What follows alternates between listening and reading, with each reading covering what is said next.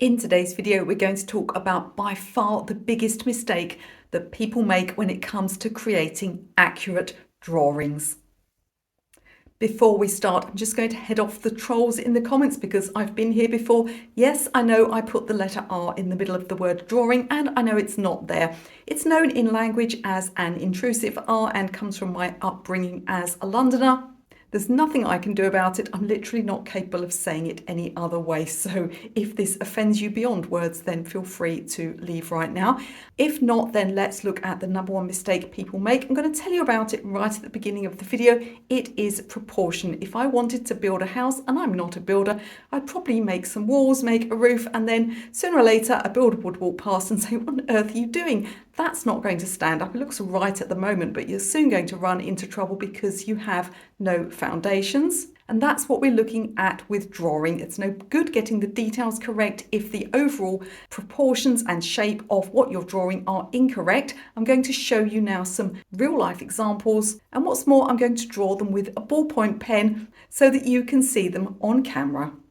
So let's talk about who gets this wrong and why, and when we're most likely to see it. So I most often see this with portraits or animal portraits, and that's because if we've got a landscape and things are all over the place, nobody's really going to know. But if you get someone's features in the wrong place or an animal's features in the wrong place, and people often do, then that's going to be quite a big deal. Now, I've got other videos on this channel that will show you how to get the rough proportions of a face using curved guidelines, finding center lines, so that we can start to plot where features go. Now, I'll link to those videos in the description of this one. And it's quite important to understand the mechanics of the thing that you're drawing. Nevertheless, it only takes us so far. And the reason for that is there are certain rules, for example, the eyes being about halfway down the head. But you see from this lady's eyes that they're actually quite high up, and that's because she's got her head tipped up. Now, if she were to tip her head downwards, the eye line would move down. And so as well as understanding the mechanics of people's faces, we also need to think about the proportions of what we can actually see. So why do we get this wrong so often? Basically, when you're walking around, your brain only wants to do two things. It wants to keep you safe and it wants you to have successful interactions with other members of your tribe or other human beings. These are the two things that are most important to your brain. Don't eat the poisoned berries, don't bump into the sharp thing, and don't annoy the big bloke with the spear. Therefore, our brain takes a lot of shortcuts. We do things like give too much emphasis to the eyes. And you'll notice that in almost all amateur drawings, and certainly if you look at how children draw, the eyes are always drawn too high up the head. And this is because in biology, the eyes are very important. They're how we communicate with other human beings, how we interact, how we keep things friendly, how we have relationships, and how we avoid upsetting other people. The forehead means almost nothing to us. And so when we start to draw portraits, we will put the eyes too high up. We'll also tend to centralize everything. If you've seen those Egyptian hieroglyphs where they're always facing forwards, where perspective is, even if sideways, perspective is always flat, that is because they hadn't yet learned to study perspective. We're going to use a couple of tools in this video to help us check proportions and get things in the right place. The first one we need is a straight line. We can use this to check angles and alignments. The second thing we need is a right angle. I'm going to use this piece of card here that's been cut on a guillotine. This will allow us to see what lines up with what other things. I can check, for example, the bust line compared to the elbow. We see it's much lower. So what is the bust line level with? It's this part of the bicep here. You can use a set square or a ruler instead of these. Just make sure they're the transparent ones. You'll find them extra helpful that way. As well as checking the angles between things, which don't change even if the subject gets larger or smaller. For example, we have a certain angle between the lady and the gent. We're looking mostly at hats here, but nevertheless, it's the topmost part of the thing that we need to draw. this will be a certain angle in terms of degrees, and it won't change whether or not I'm doing them as a 3-foot high mural. Wouldn't they look great on a boathouse? Or if I'm doing them as a tiny 2-inch high thumbnail sketch, this angle is going to remain the same. So when we've done a sketch of them, it's going to help us check if things are in the right place, and we can take all sorts of other measurements. But another thing that we can do is to measure the relative size of things and start looking at horizontal breaks or guidelines. So the first thing I would do with this lady here is check how many times her head goes into her body. Another thing that we'll tend to do is draw heads too large compared to body size. Human heads actually go into the body many times, depends on the height of the person and the angle you're seeing them from. And if there's a particularly strange perspective, if someone's laying down, for example, or skydiving, this could be hugely distorted, but we're still going to be able to measure how many times does the head go into the body. Now, if you're not using a photograph, you'll need to use the outstretched arm method. I have lots of other videos that explain how to do that. So we can start by thinking, how many times does this person's head fit into their body, and start getting an idea of their proportions. Now, I have another video that will explain to you how I use sort of a stick person to draw subjects like this. I'll link that one in the description as well, and it's going to help you to start to draw people. But what we're most concerned with here is proportions. So what we'll do is we'll start to draw someone. Now, I'm leaving all my mistakes in here because, of course, I'm using a pen. But you still want to do the same sort of thing when you're drawing with a pencil.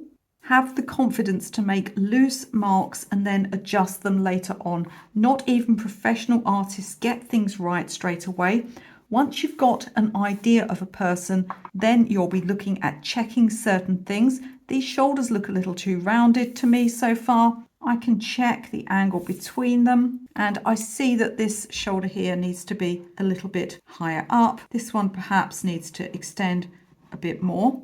I can also start to use this square edge to check things. For example, does this elbow come further out than this foot? Let's slide it along the side edge and we'll be able to see. They're almost level. The shoe comes a little bit further to the right than the elbow. I haven't put her feet in yet, but that's something that I'll be able to check and get right. And if I were on a larger piece of paper and drawing her companion, I would then be able to make all sorts of other checks. Do these flippers he's carrying come further down than the lady's bag? What about their hands? Look at this, they're almost level. This is going to give me a great guideline. And I'm never ever going to be putting a load of detail in faces, pockets on shirts, stripy lines on swimsuits until I'm absolutely certain that my basic layout is correct. I love making these free videos for you and I hope you're finding them useful. If so, please could you click that thumbs up, share with a friend, and best of all, subscribe to the channel. I have over 700 painting and drawing videos on this channel, and unlike many channels here on YouTube, we are fully cat approved. Learning about proportions is going to make something like this shark, who's hugely foreshortened, it's going to make drawing this much easier. Remember, your brain isn't very good at coping with things that are foreshortened, so you can't trust what you're seeing. You know that a shark has a long body, and so you will want to make the body much longer than the head. So we can start by thinking about proportions here. So something that's a real good delineation point is the start of this fin here. So the first thing I'm going to be asking myself is this back half of the body actually wider than this front half of the body? So let's check. Let's go from fin beginning to tail this way, and then let's come across the other way, and we're about here. So in reality, the shark's head might be 1/8 of the body, but in our picture, it's taking up more than half of the width. I can also look at the overall shape, and this will enable me to start thinking about getting my proportions correct. So the first thing I'm going to do is look at this outside shape, knowing that this fin comes further towards the back than the front. I can also see that it's closer to the top of the fish than the bottom. I can check its angle and where it is in relation to other things. Now you'll notice at the moment he doesn't look very realistic yet. Looks a bit like he's got lipstick on, doesn't he? But this is not what we're worried about. We are worried about getting those initial proportions correct. Look at this big fin coming down the bottom here. I'd like to know how far that is across compared to the fin at the top. And look at that. Initially I thought they lined up, but it's much further forward. And now I look at this and I think, well, I think that's too big and too close to the front. This is the point, if I were in pencil, where I'd get an eraser out.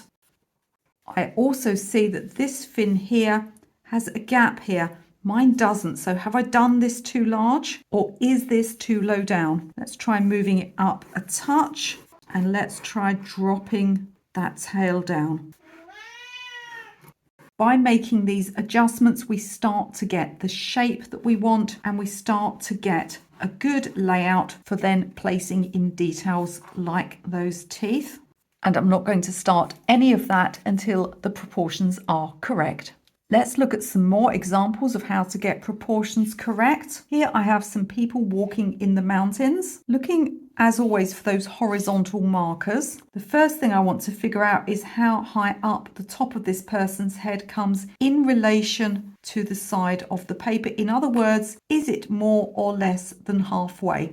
Without doing this, we're sure to draw this person too small, because our brain will tell us that this is a huge mountain range, the people must be tiny, and yet you see that because of perspective, this person in the front is really quite large. So I can immediately see how high up this person starts, probably about a fifth of the way, and that they come up to over halfway. From there, I can take angles and see where the other people are. I can also judge things like how far down this mountain range comes. I also want to look at how far across the picture this person here is. And you see that they are closer to the left than the right. You can also, if you want to, find the center of the picture by using a grid of cross lines like this. Some people fold their photographs. I really don't want to fold mine. You could put a piece of tracing paper across the top and you can make a crossways grid like this. I have another video that explains that method. I'll leave it in the description of this one. With flowers like this, people tend to draw them face on. A good way of approaching this is to draw the outside shape. This is called the envelope method. Again, I've got a video all about how to do that. We'll then find the center point and see if it's closer to the top or closer to the bottom, and if it's further to the right or the left, or maybe it is indeed central. We can also look at this shape here, which has become oval due to perspective. Here's a picture where we've got some very strong marker points. I can, for example, see how high up my picture this top vase comes. I could take a center line through any of these and see how far across it comes. I can see the furthest point left or the furthest point right. I can look at this window up here and see how far down my picture it comes. I can also use angles to tell how one relates to the other. And that's the secondary thing you want to do. The first thing to do is look how far across and how high or low things come. And then from there, you'll use angles just to check things are relating to each other correctly. You can also check that things line up correctly. For example, the side of this vase, how far across the middle of this vase here does it come? It's about halfway. That's a great way to check if this is the right size and in the right place. This one is a statue, not a real person, but we've got some great perspective going on here, probably because the person who took the photograph is looking up at this picture. So again, we can measure how much of the picture is taken up by the head and how many times it fits into the body. We can also look at relative angles, angles between things, and how far across the paper certain things fit. Now, all of these things work great for landscapes as well. One thing that people do wrong with landscapes is they bring distant trees and especially houses too far forward. They make them too big.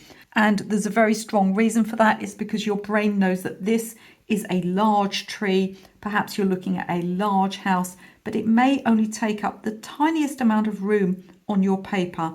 So the first thing I would do here would be look at how high up this horizon line, it's not really a horizon line, but it's just the slope of the hill. How high up this comes here, how much of the height of this side is taken up by this. It's only a fifth or a sixth, and that will enable us to stop it from becoming too big. I can then look at the height of the tree. How far up the paper does it come? What about the trunk of it? How far across the paper does it come? We could start making little marks on our paper. For example, if I'm drawing a landscape like this, I can say to myself, well, there's a tree and it comes less than halfway. It comes a little bit over to the right here. The center line of it is about here. The base only comes about a sixth of the way down this front section here. So that gives me this here. What this is going to do is it's going to give you almost a box into which to place your tree, and that's going to stop it from becoming too large.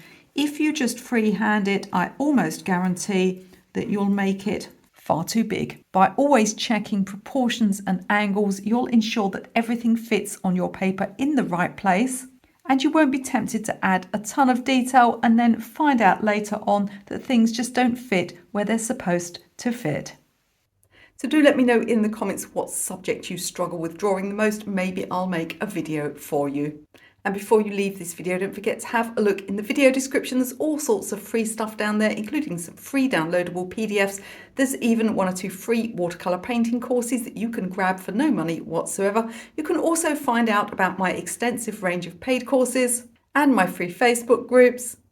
And if you want more drawing tips, I'm going to put up a video for you right now. It's going to give you some super fast, really ingenious drawing tricks that will improve your drawing immediately. You can watch that video right now.